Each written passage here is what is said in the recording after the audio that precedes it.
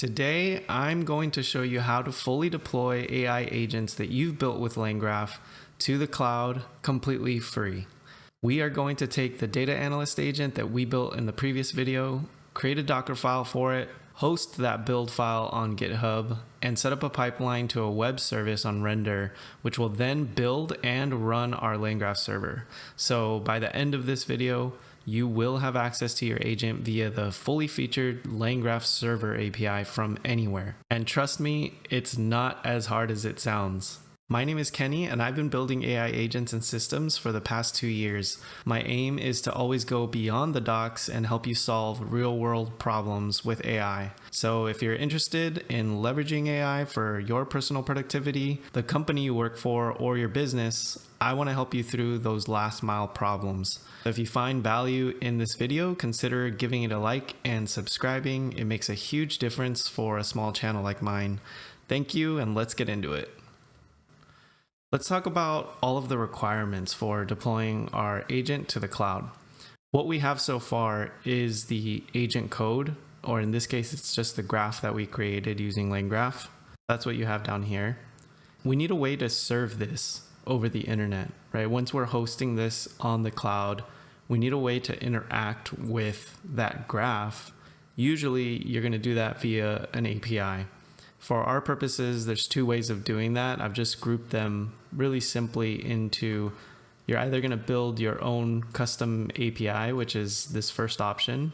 So for example, you would write all of the fast API endpoints. Some examples would be to invoke the graph or stream back the response from a graph. But you also have other things like updating the state in the graph or getting back the state for a certain graph execution. And once you get into more complicated graphs, such as having human in the loop, you'll also need ways to handle that. Or if you wanted to run concurrency and have multiple graphs running at the same time as async functions, you would also have to consider how you would build that. So the drawbacks of doing it yourself is, of course, the overhead. It's a big time investment on your part, and you would have to implement every single feature that you want yourself. But that's also a plus since you have full control. And if that's something that is important to you for your application, then it could be a good option. So the largest potential drawback of using the LangGraph Server API is that you lose that fine-grained control over your agent service. And the LangGraph Server API is highly opinionated, like everything developed by LangGraph and LangChain. So you're really limited to the functionality that they have implemented and how they implement it. If you didn't like the way they did something, it would be really hard for you to do it differently if you are using their pre-built server API. The benefits are, of course, that you don't need to write an entire API yourself, which is, of course, very involved, and you don't have to worry about handling really complex features such as streaming, having human in the loop, and state management, since a lot of that would be taken care of for you. So for example, with state management and caching and also long-term persistence, we're going to have all of that managed for us by using the LangGraph Server API, and that pre-built service is going to manage all of this for us so that we don't have to set it up ourselves. So when we have a graph run, when we have a conversation turn with our agent, all of that automatically gets persisted to the Postgres service that we're going to connect. And we're going to have that state management and caching also set up through Redis. So there's a lot of code that goes into this that you are not writing yourself when you do the LangGraph Server self-hosted option, which again is what we're going to be doing. And that just makes it a lot easier for you to focus on the building and getting to production faster. Really quick, with every video, I release a cheat sheet where I go into way more depth, have diagrams, explanations, resources, everything that's covered in the video and more. It's just going into a lot more details than I can cover in the actual video. And this is available for free if you join my community, which is also free. So all it takes is your email. If you are interested in getting this cheat sheet, feel free to sign up. The link will be in the description. Once you've decided what your implementation is going to be for your backend service, we're going to be doing the LangGraph Server self-hosted option. You then need to choose your infrastructure. The easiest way, of course, is just to use the LangGraph Cloud service, and that's going to be their offering for businesses, for SaaS, and for enterprise to host agents. And you get a lot that comes with hosting on the LangGraph Cloud. It's obviously convenient, but let's hop over to the actual LangGraph Cloud page and we can look through these plans together. So I don't think this is actually up to date. You'll see these different plans that they have. Supposedly you can access this plus plan for free while it's currently in beta. I think this is outdated because when I tried to go through this, it actually does force you to pay. And I'll show you that in a bit. But essentially with these paid plans, what you get is they talk about all of these features, including having state management, conversation history. That's going to be leveraging that Postgres service and the Redis service for caching. You have long-term memory. That's just using Postgres. You have scalable task queues. That's probably something that would be useful for a lot of people. You have real-time streaming, the Assistance API, cron scheduling, LangGraph Studio. So pretty much all of this we'll have access to with our LangGraph Server self-deployment. The only thing that we won't have would be our own LangGraph Studio, hosted in the cloud, but you can easily take your deployed graph and feed it into local LangGraph Studio if you have a Mac. I have a PC, so I can't do that until they release the Windows version of that. But you could also go into your LangGraph Studio in the cloud and be able to access your graph that way once it's deployed. This is the big one, I think, that you get on the paid plan, which we're not going to have built in when we do our free, self-hosted deployment, which is authentication. And that's a big one because I don't think it's too hard to implement it yourself. And I'll share with you the code and the examples to add authentication to your API, but it's not going to come out of the box. And we'll see that in a bit. So that's kind of the difference between what you would get if you hosted your agents with the LangGraph Cloud platform versus self-hosting. So if you were to go through this getting started plan, you can go to the docs here, and this walks you through setting up your agents on LangGraph Cloud platform.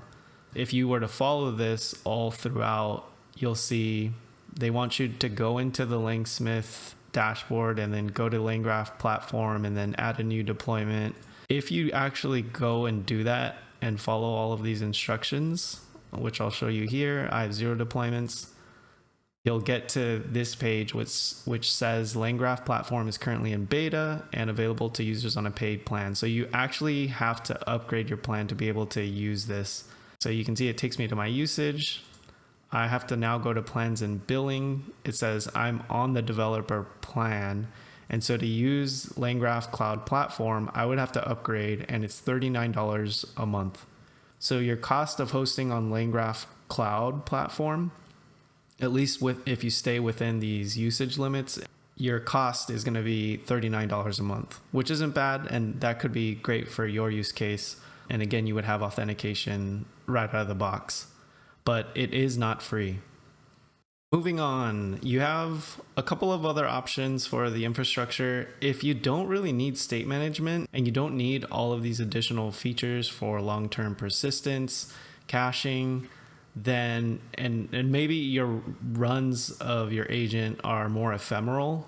You don't really care about maintaining conversation histories, etc., then maybe a serverless option is better for you. Of course, at that point, you're probably using LangGraph for the wrong reasons, since you could have a much more lightweight agent.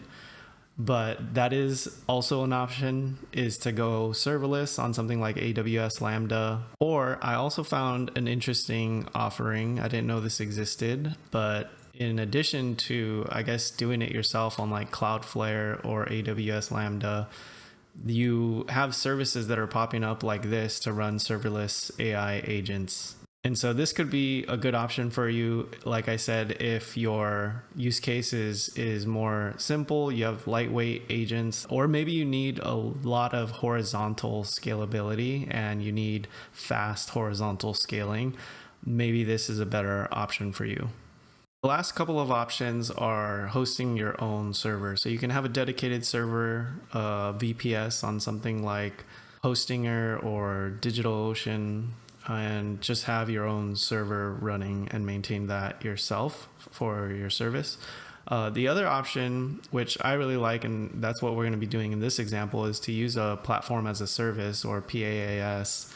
And that's going to basically give you everything that you need in this era of SaaS and these, building these online businesses, full stack on a single platform. You have everything you would need, like a database, key value stores for caching, just like Redis, web service, everything just on a single platform. So in our case, we're going to be using our Postgres database on Supabase, just because that's where we initially are hosting our data for our data analyst. And so I'm just going to leverage that since we're already using it. But for the backend service, you really could run everything on a single platform like Render or Railway or Fly.io, Heroku. These are all options for running a platform as a service. So let's talk about these options really quick. The one we're going to be using is Render. They do have a free plan, and that's the only reason why we're going to use it. But I also do like their platform. It's really simple, easy to use. They have a pretty generous free tier. We'll see in a bit what my usage has been up to this point of running this analyst online, and it's not much. But you do have other options. I mentioned Fly.io. This is another really popular one. I actually am interested to try their solution for using a code execution sandbox for agents that write code, because I am developing some coding agents, and I've been using another service called E2B, which maybe I'll cover in a future video. But this would be a really nice option to have your code executed in a sandbox that's totally safe and isolated. So Fly.io does not have a free tier. If you go to the pricing page, it's pay as you go. Railway is kind of the same. Railway is another really popular one. But if you go to pricing, they don't have a trial or a free tier. You have to start with this hobby plan, which starts at $5 a month. Not much. And then, I haven't really compared how the costs add up by usage. So you really want to compute this. You really want to calculate this in terms of compute and how much you would be using. Heroku's the other one. And then this is one I've used in the past, which also has a free tier if you're interested in checking this one out. It's similar to Render in my opinion, but they do have a starter plan that is completely free, and you can have up to one web service. So this would allow you to run one, let's say, LangGraph server on here, and you would also have, access to their Postgres offering. So something to check out as well. With that, this is a basic schematic of what we're going to be building. You're going to have your agent backend service or API, which is just going to be our LangGraph server, and that's hosted as a web service on Render. That's going to be talking to our LLM providers, and it's also going to be talking to the Postgres database that we have on Supabase. And you're not going to have to manage any of these interactions. Once we build the LangGraph server from the Docker file, it will take care of managing all of these connections. All we have to do is pass in the connection strings, which is really awesome. So it's going to be a really convenient way to run our agent, and let's get into it. So if you haven't seen the last video, I will link it in the description as well as in the card above this video. I highly recommend going back to watch that on how we actually built this agent and the setup for this project, because we had to make accounts on Supabase, Langsmith, and OpenAI. But if you do want to start from this video, you can just as easily go over to the GitHub repo, which I'll link it also in the description. And you'll need to fork the repo, not clone it, because you're going to need to publish it to your own GitHub account if you want to end up deploying this on render. And all of these instructions will be in the README of the GitHub, so you can follow along there. So picking up where we left off in the last video, you should have Supabase set up, OpenAI, and Langsmith. We created accounts and set all of the API keys in this .env file in the last video. So just to make sure that everything's working, you should be able to go to the front end folder, go to the chatlocal.py file and run this. And this is just a quick check to make sure that all of the services are running. We should be able to talk to our agent that's going to leverage the OpenAI account. So we get an immediate response. It's pretty quick, very snappy since we're using GPT 4.1 mini. But we should also be able to ask about the data. So how many total transactions are there? And we should be able to run a SQL query against the database. So we get a response, meaning we are able to connect to the database. Lastly, you should be able to go into your Langsmith dashboard and then see that these traces are all going through and being recorded. So if you're there, that means we're ready to move on to the next step. The next step is to build a Docker file for our LangGraph server. If you've never worked with Docker before, it's just a really convenient way to package up all of your code and environment requirements into a single file so that it can be reproduced basically anywhere. And here you can see in the repo, if you did fork this, you're already going to have an existing Docker file. We're just going to do this from scratch because I want to show you how you can do it on your own with any LangGraph agents that you've built. The first thing to look at is the LangGraph JSON, which is also in the repo, and you're going to want to have this configured. Let's say you change the name for your agent. You're going to want to define all of that here. So these are the basic important entries that you need to know for the LangGraph JSON. The first is the dependencies, and if your dependency file is in the root, like it is in our case, we have this pyproject.toml.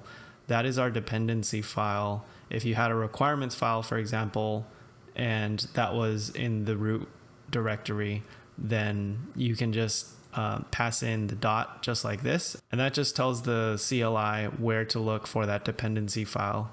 You're also going to want to define your graphs. In this case, we only have one graph, which is for Scout. This first key is the name of your graph, but it also becomes the name of your assistant. So since we represent agents in LangGraph as graphs, this whole graph will be referred to as this agent or assistant name.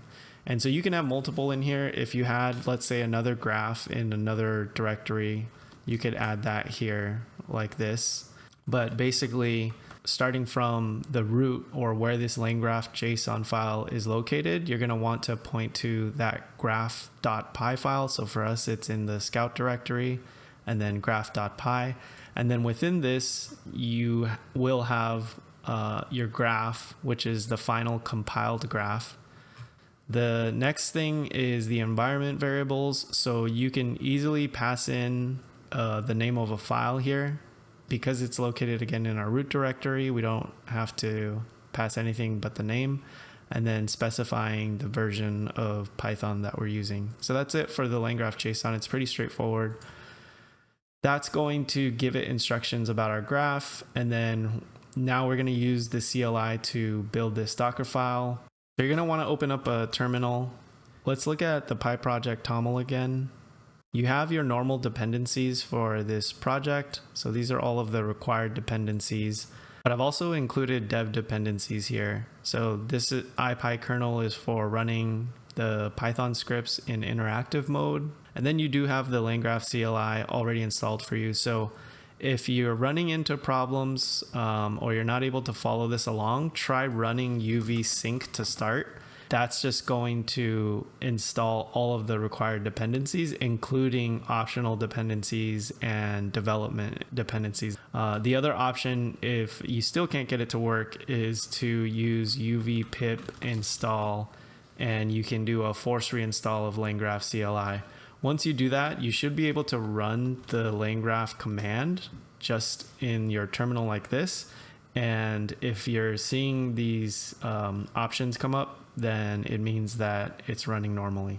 And we're going to be taking advantage of these commands here. So I'll kind of explain what they are. If you want to run a local server in development mode, you can run LangGraph dev. And let's take a look at what that looks like. Okay, it looks like that requires another dependency, LangGraph API, which we don't have. So we can go ahead and add that by saying UV add LangGraph API. And really, I should have added that under the dev group. So to add it under the dev group, what we can do is do UV remove LangGraph API, and then UV add LangGraph API, and then you're going to want to specify -- group dev. And so that'll install it in the dev group. So if we go back to the Pi project toml, now we see that we have the LangGraph API there. And because of the setting that we have in the Pi project toml for UV, whenever we do UV sync, it installs all of the required dependencies, but will also include any dependency groups that you have specified down here. So you can see it says default groups, all. So I did end up pushing the changes once I installed the LangGraph API and added it as an additional dependency. So if you are following and cloned the repo from the last video, then you can just follow the steps that we just did to install the LangGraph API dependency. Otherwise, if you're just starting from this video and you forked the repo, then it should have already been updated and you should have this LangGraph API dependency. But again, you can just check in your Pi project toml to see if it's already there. Now you should be able to spin up the local LangGraph server by running LangGraph dev. And again, we're using the CLI to spin up a local server. And this is good for testing things before you deploy. Just so you know that if there are any bugs, you can work on them locally without running through the whole deployment pipeline. You are going to get an error when you first run this. This is kind of expected, and it's because we're passing this in-memory checkpointer, which when you have a deployment and you're running the LangGraph Server API, it's going to use the Postgres and Redis services that I mentioned earlier for persistence. And so that's automatically handled by the server, as I mentioned before, but it is going to error out because we are trying to pass in a custom memory saver. And so to get rid of this error, you can just open up graph.py and delete this checkpointer input. And again, we only needed this when we were working on things locally. So if you did want to maintain a separate file, you could always create two graph versions, maybe one for whether you want to use in memory if you're running locally or for a deployment. For example, up here where we've defined this build graph method, you could pass in and have an additional parameter here for the checkpointer. And if it's none, then this will just default to none. And so if you're running in production, you could use none. But for now, we'll just delete that and then save.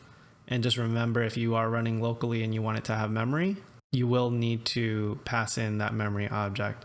So once you save that, the error should go away and we can see, yep, the server started.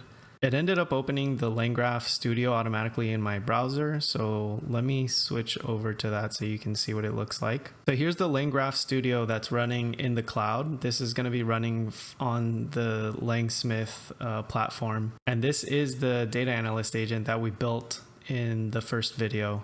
You can see the input here, which is basically our state there. It's just nicely formatted. You can tell because we have our chart JSON input here. I can show you a couple of things here, but we're not going to spend too much time on LangGraph Studio since it's not the focus of this episode, but you can play around with this. And this is kind of showing what I meant, that once we have deployed our API on Render and it's available on the internet, you can technically connect that to the LangGraph Studio on Langsmith. And this is also a way to do that where you have a graph running locally on your computer, but it is on an API. You're running the server, the LangGraph Server API locally, and you can also connect that to the LangGraph Studio running on Langsmith. To see this in action, we can add a new message here, and it is going to be of type human message, and we'll say, "Hi Scout," and submit that. So notice that for invoking the graph, you can modify any part of the state. So I could also add some value here to the chart JSON if I wanted to, or I can initialize this or invoke the graph with multiple messages if I wanted to simulate some kind of message history. Or if you had a more complex state, you would have all of the fields here. So again, we don't just invoke graphs with a starting message, we invoke them with a complete state. So I'll just have this simple message and submit that. And we see that the returned object is always going to be the full state. Chart JSON is just the empty string still. And now we have a message returned from Scout. And we can ask something specifically about the data set just to make sure that it can connect to the data set. How many creators are there? And what's cool about this is you get that visual representation of what nodes are being activated. Yeah, it's just a really clean interface. Here you can see the query that was ran, the input parameter, and the result from the query. So the agent is working, the API is working, and that was and that's a good way to test things locally and just make sure that everything's running before we deploy it to the cloud. All right, so hopping back over to VS Code, we can go ahead and kill this terminal since we're done with the local testing, and make sure that graph is saved without the compiler. The next step is to build the Docker file. So we'll want to open up a new terminal.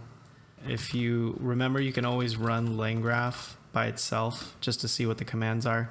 But this time what we're going to do is create the Docker file. So we're going to do LangGraph Docker file, and we're going to name it Docker file per convention with a capital D. And this will create the new Docker file in your root directory. So if you open this back up, this should be exactly what we had before. I don't know why the formatting is so funny. But yeah, there's like a ton of spaces here. So this is exactly what we had before. It's going to build from the base image of the LangGraph API, and then it's going to add all of our dependencies and define in an environment variable what our graph is. And again, if you had specified multiple graphs in this JSON file, they would all show up here. And yeah, that's all we need for the Docker file. So you can go ahead and save that and exit all of those. And now we are ready to publish this repo, which you should have forked, and you should be able to publish now to your personal GitHub. The next step is to set up Render. So if you haven't already, go to render.com and set up an account. Once you're logged in, we're going to be on the projects tab here on the left.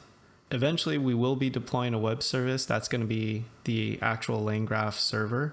And here you can also see that there's a Postgres database that you could create. So ideally, if I could go back and restart this project, for the LangGraph server specifically, I would have kept everything within render. So we would have our web service for the API, the Postgres database to add persistence, and then a key value store, which is going to be our Redis, all within render. But like I said, since we already had our Supabase Postgres database to host our data for the data analyst, I ended up just using that. In hindsight, it would be nice to keep all of those things separate. What we're going to want to start with is you're going to want to go to explore all service types. And here you can see everything that you can do. We're going to start up a key value store, which is just a drop-in replacement for Redis.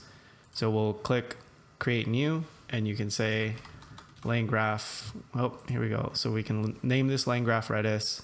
If you don't have a project yet, you can create a project here, and we can call this only vans. And then you're going to want to set up an environment name. It's going to default to production, which is fine since we are going to have this in production. So you can go ahead and click create project. Underneath the OnlyVans project, we're going to have an environment group called production or environment. And so once we store all of our environment variables, they will be saved to this group. You can later create other environment groups like for development. We can leave the region as Oregon West, or you can change that to whatever's closest to you. And we won't touch this max memory policy. Here, you are going to want to change the instance type. Be careful because it does default to starter, which costs $10 a month. We're going to choose the free option and then create key value instance. So that took a few seconds. If you see it just spinning forever and the status doesn't change to available, just go ahead and refresh the page. Sometimes it kind of bugs out. But here we go. This is available now. And if you scroll to the bottom, you'll see a few sections. One is for connections. So this internal key value URL is if you want to connect to this from within another service on render, because they are all going to be hosted on the same network. And so it's a different connection. If you wanted to have access to this key value store from outside of render over the internet, then you would have to generate an external key. And down here is also where you can add different IP addresses to control the connections to the service. We're not going to mess with that right now. But you can also go to the logs on the left menu here under monitor, and you'll see the actual live console. So whenever we make connections or queries to this or write data, you'll be able to see it in these logs. And then you can also check your metrics for this instance and see what your usage is. Of course, right now there's nothing to show.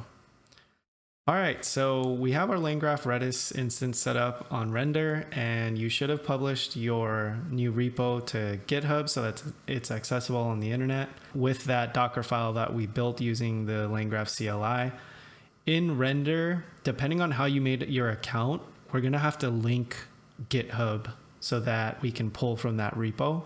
So if you go into your profile button on the top right, you can go to account settings. If you logged in or made an account with GitHub, then you probably can skip this step. But if not, you're going to have to put in your Git deployment credentials, and that's going to allow you to pull from your GitHub repo projects. Once you've done that, you can go back to the projects overview page and click on OnlyVans. And again, we just have this one service. Before moving on, we are going to need that Redis URI. And we want to be able to use it in the new web service that we're going to create. The easiest way to do that is to put it into the shared environment variables.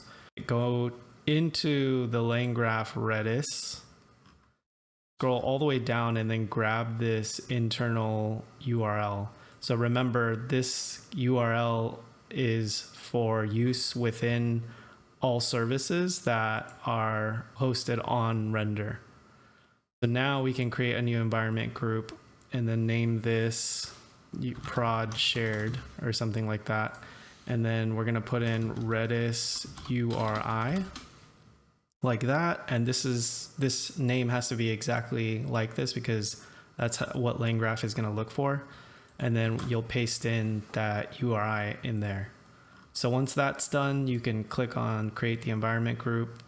And now any environment variable here will be shared by all services we create in this environment. So now that we have that set up, we can click on the plus new button in the top right and start a new web service.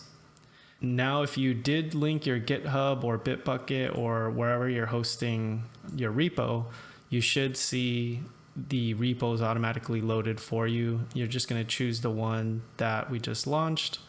You should only have one project. So just choose that project. The language is going to be Docker. Choose the appropriate branch. Mine is published to master. Don't need to change anything in the root directory if you didn't change the project structure. And then importantly, again, this is going to default to a starter instance. You want to choose free, which should be plenty for our use case for now. And then for the rest of the environment variables, we can just set them from the environment file that we have. So you're going to want to click on this, and then you can batch, copy, and paste everything from the .env file. So you can go back to your project, and really you only want to copy over everything that has a value. If you copy an empty environment variable like the Redis URI, then it'll probably error out. There you can hit enter, and now it'll set everything else that we need. This looks good. Now you can click on deploy web service. And this is going to take you now to the new service page, which will have the console automatically open, and you'll see it running through the entire build. It's going to first pull the repo from GitHub and then start building the Docker file. Pray to the build gods that this doesn't error out, and this will take several minutes. But after this, you should have a fully deployed agent. Let's see. The deploy gods did not answer. We were not in their favor. It looks like we're still getting an error for Redis URI, which is weird. Let's try to, it looks like that's the only error too, which is maybe a good thing. On the left, you'll see under manage the environment variables, and we don't have it here because I thought setting it in the group would be enough. But let's go ahead and try adding this manually to this set of variables. So it should be Redis underscore URI. Paste that in there and then see if this fixes it. And let's just choose the save rebuild and deploy.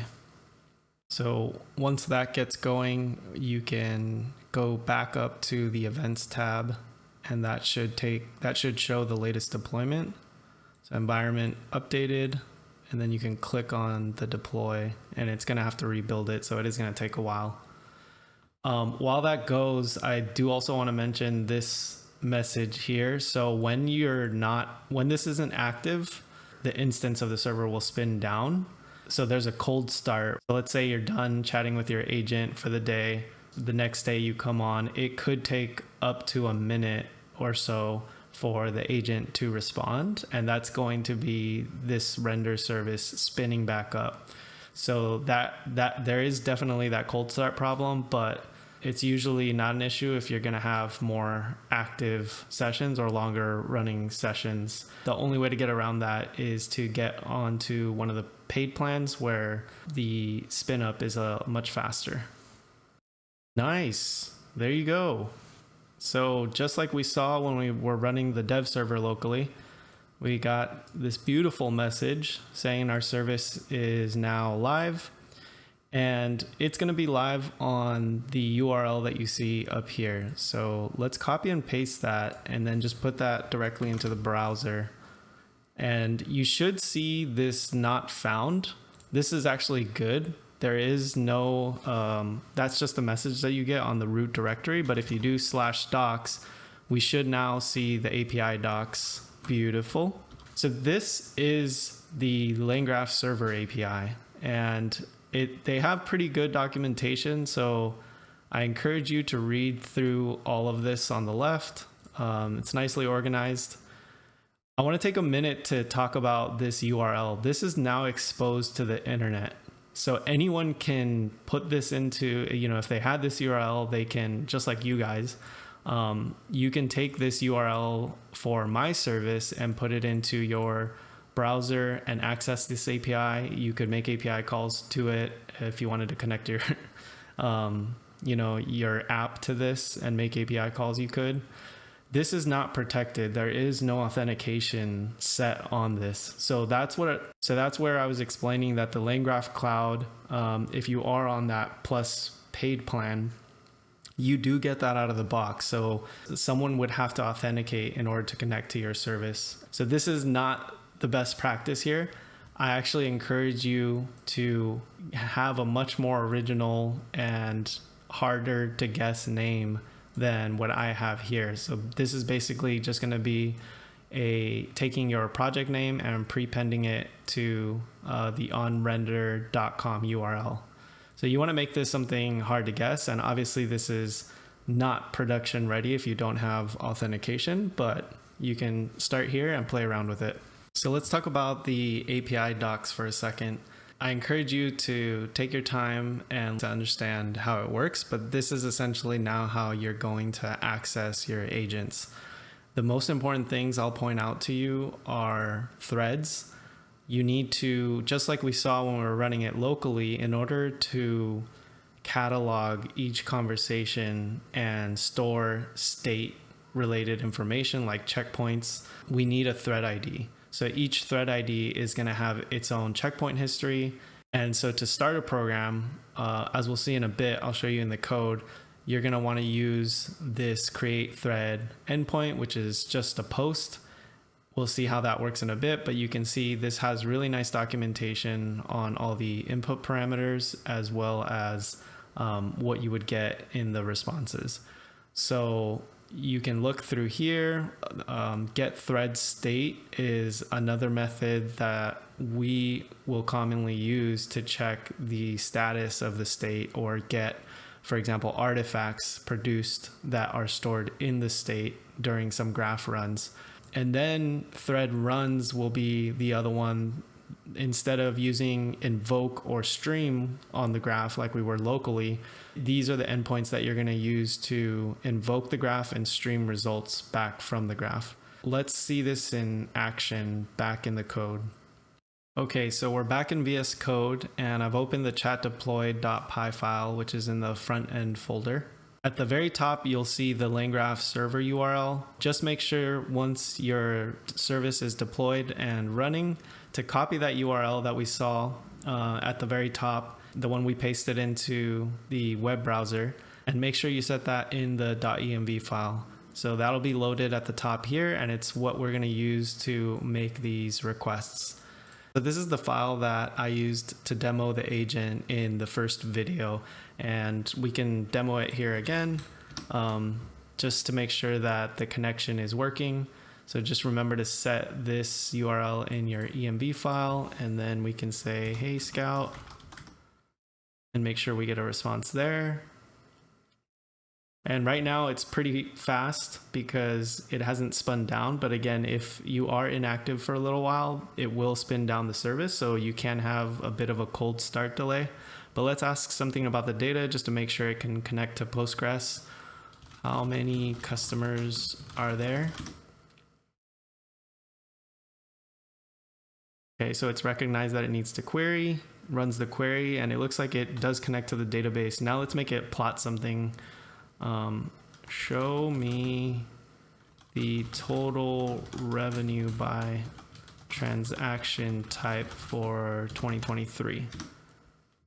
And if you want to know more about the data, again, make sure you go watch that first video if you didn't, where we explain the data in good detail. So here we can see, and it looks like the agent did run into an error. This is the same error that we ran into last time, where it's thinking that the transaction date is in a date form. It's actually stored as text in the database, and so it has to fix that. but it does eventually retry the SQL and gets it right.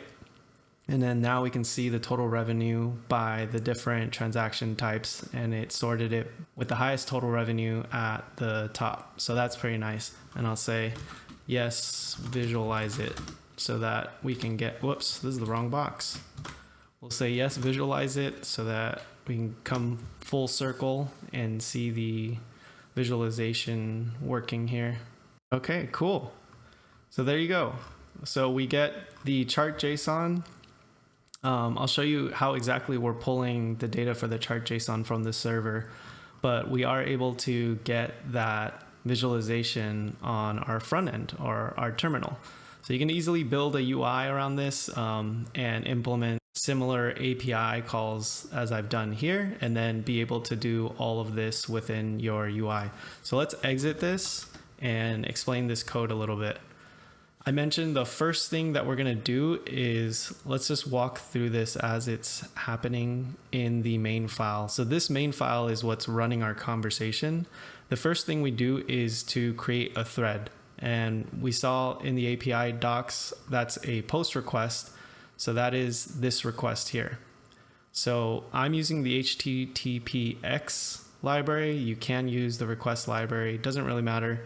But we're going to send a post request to our LangGraph Server URL/threads. And all we're actually creating the thread ID here in Python using the UUID library. And then as a metadata, we're passing in the user ID. And the user ID, it just allows us to keep track of who is actually using this at the time. And at the bottom, where we've defined the main function, you can see I'm just passing it my name. So this is a way to keep conversations isolated between users. If I query for threads later, I can look at specifically what threads are available for a given user. So that's a really nice feature to have with the metadata. And then if this thread already exists, I'm passing in do nothing so that we can just use an existing thread. So that's pretty much it. You'll see here we had to add this timeout of 120 because of that delay with the render service having to spin up on the free tier. So the next thing we do is once we create that thread, we are going to keep track of the current chart that's generated in this variable. We're initializing it as none. And then we're going to go through our while loop. So for any chatbot where you have back and forth conversation, you're going to have a while loop, right? So the first thing we do is we collect the input from the user and then have an escape clause. So an if condition, if the user passes the string exit or quit, then we'll break out of the loop. Otherwise, we'll print first the user message, and then we'll print a title for where the assistant message is going to start. And then we're going to call the getStream method. And this takes in two arguments, the thread ID and user input. So let's check this out. So we have our thread ID as a string and the message that we want to send to the graph. And here we're going to call this endpoint the threads/thread ID/runs/stream. And we're going to pass in the message using this format, which is just passing in the JSON. And we have to specify which assistant we want to use. Remember that we only defined one assistant, Scout, in our LangGraph JSON.